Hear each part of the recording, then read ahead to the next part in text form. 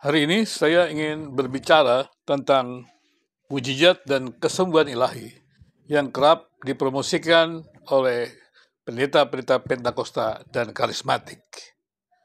Saya berharap video saya ini jangan di-skip supaya nanti Anda mengerti bahwa apa yang saya jelaskan ini secara menyeluruh sehingga tidak menimbulkan konsep-konsep yang tidak sesuai dengan yang saya katakan.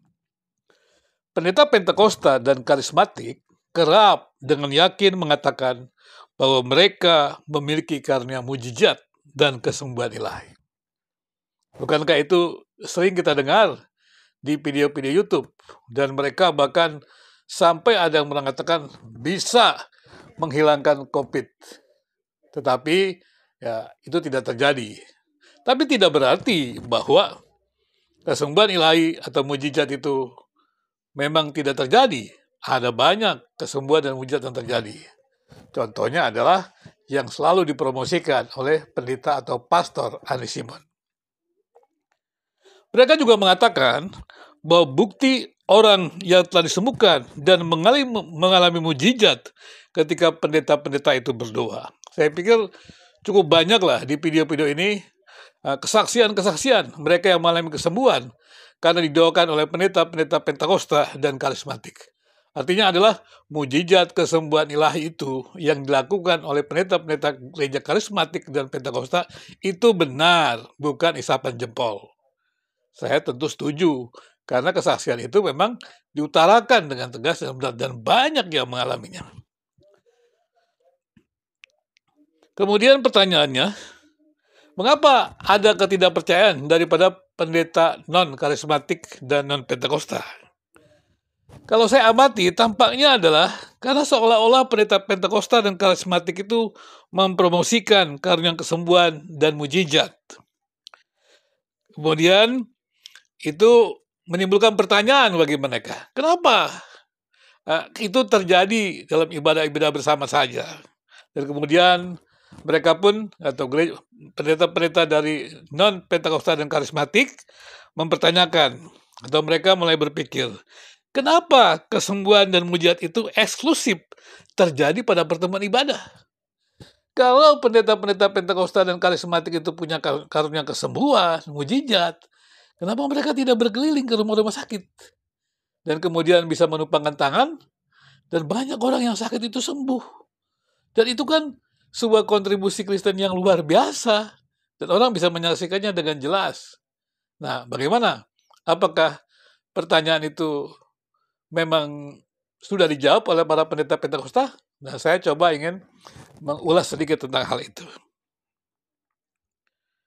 Gereja Protestan dan non-Pentakosta karismatik yang menuduh mujizat dan kesembuhan ilahi itu bohong, kemudian mereka menuntut bukti, meskipun sudah banyak dibuktikan. Yang tadi saya katakan, jika memang pendeta Pentakosta dan karismatik memiliki karunia kesembuhan ilahi, kenapa tidak berkeliling saja ke rumah sakit dan berdoa untuk kesembuhan para pasien di rumah sakit? Dan bukankah itu akan sangat menolong banyak orang? Misalnya saja, kenapa Pastor Andy Simon yang kerap mempromosikan doa kesembuhan ilahi tidak berkeliling rumah sakit bersama-sama dengan pendeta-pendeta lain untuk menolong mereka yang dirawat di rumah sakit?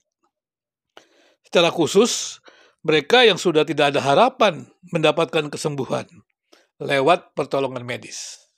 Saya pikir ini pertanyaan yang bagus ya, dan saya pikir juga tidak ada masalah.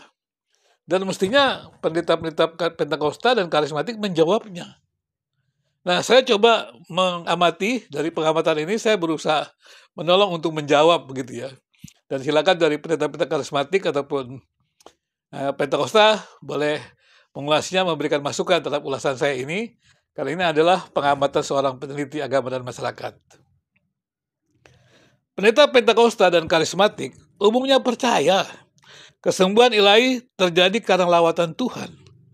Lawatan Tuhan yang paling kuat itu ada dalam ibadah doa dan jemaat. Ibadah doa jemaat. Nah, alasannya adalah, atau dasarnya adalah, pada saat 2-3 orang berkumpul, Tuhan hadir. Maka makin banyak jemaat yang berkumpul dan berdoa, di situ kehadiran Tuhan itu sangat kuat. Dan kalau Tuhan hadir dan itu menyenangkan Tuhan, jemaat dan pendeta bisa sepakat meminta kesembuhan dan mujizat. Dan saat itu Tuhan akan menjawabnya. Karena Tuhan senang. Tuhan senang dengan persekutuan yang indah. Tuhan senang dengan kehadiran jemaat yang begitu banyak, ya. Tuhan senang, Tuhan dimuliakan. Nah, kalau Tuhan dimuliakan, lawatan Tuhan itu nyata, kata mereka. Dan itu terjadi. Peristiwa kesembuhan dan mujizat. Itulah sebabnya ketika mereka mengadakan promosi mengenai kesembuhan ilahi dan mujizat, semua itu dilakukan dalam ibadah doa dan ibadah-ibadah minggu atau ibadah-ibadah kebangunan rohani yang biasa mereka lakukan. Itu yang terjadi. Jadi harus diakui, realitas itu terjadi pada ibadah Pentakosta dan karismatik. Jadi kalau teman-teman non Pentakosta dan karismatik tidak percaya, ya ada saja. Lihat kejadian-kejadian itu.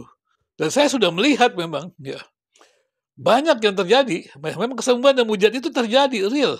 Bukan cerita kosong. Silakan teman-teman non Pentakosta dan karismatik melihatnya. Meski tentunya tidak ada yang tahu dua jemaat atau dua pendeta yang berkuasa atau yang menyembuhkan orang sakit itu. Dan saya pernah mengatakan ketika ada seorang murid saya membuat skripsi, dia katakan, "Pak, saya punya karunia kesembuhan ilahi, karunia mujizat, Pak.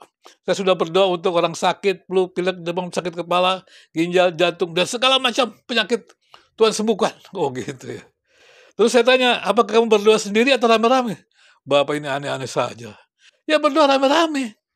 Kemudian dari mana kamu tahu doamu yang menyembuhkan sehingga kamu berani mengklaim kau punya karunia kesembuhan ilahi?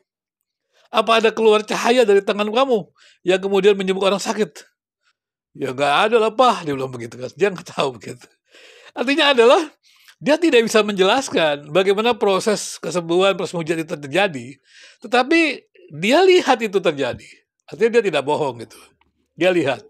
Walaupun mungkin penghitungan jumlah, statistik segala macam ya memang seringkali sulit ya. Karena memang juga ya, tidak ada penghitungan-penghitungan yang sangat sangat sistematis. Kemudian mereka hanya tahu jika semua sepakat berdoa, Tuhan akan menjawab. Nah, itu kata mereka dalam ibadah mereka. Tapi karena penggerak atau pimpinannya adalah pendeta, maka tampaknya kerap kemudian diarahkan pada pendeta dan bukan kebersamaan jemaat. Ya itu memang sudah biasa dalam persekutuan di Indonesia ini yang menekankan figur pemimpin gitu kan. Mengidolakan pemimpin itu terjadi, walaupun sekali lagi itu dalam sebuah komunitas. Itulah sebabnya pendeta Pentakosta dan karismatik sangat tersohor dengan karunia-karunia itu.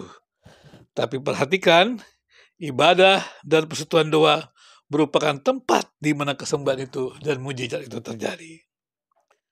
Jadi gereja-gereja Protestan bisa mempraktekannya. Tidak salah bukan berdoa untuk orang sakit pada pertemuan ibadah dan doa. Saya pikir ini merupakan hal yang menarik untuk bisa saling belajar. Selamat belajar, selamat berdiskusi, rukun beragama.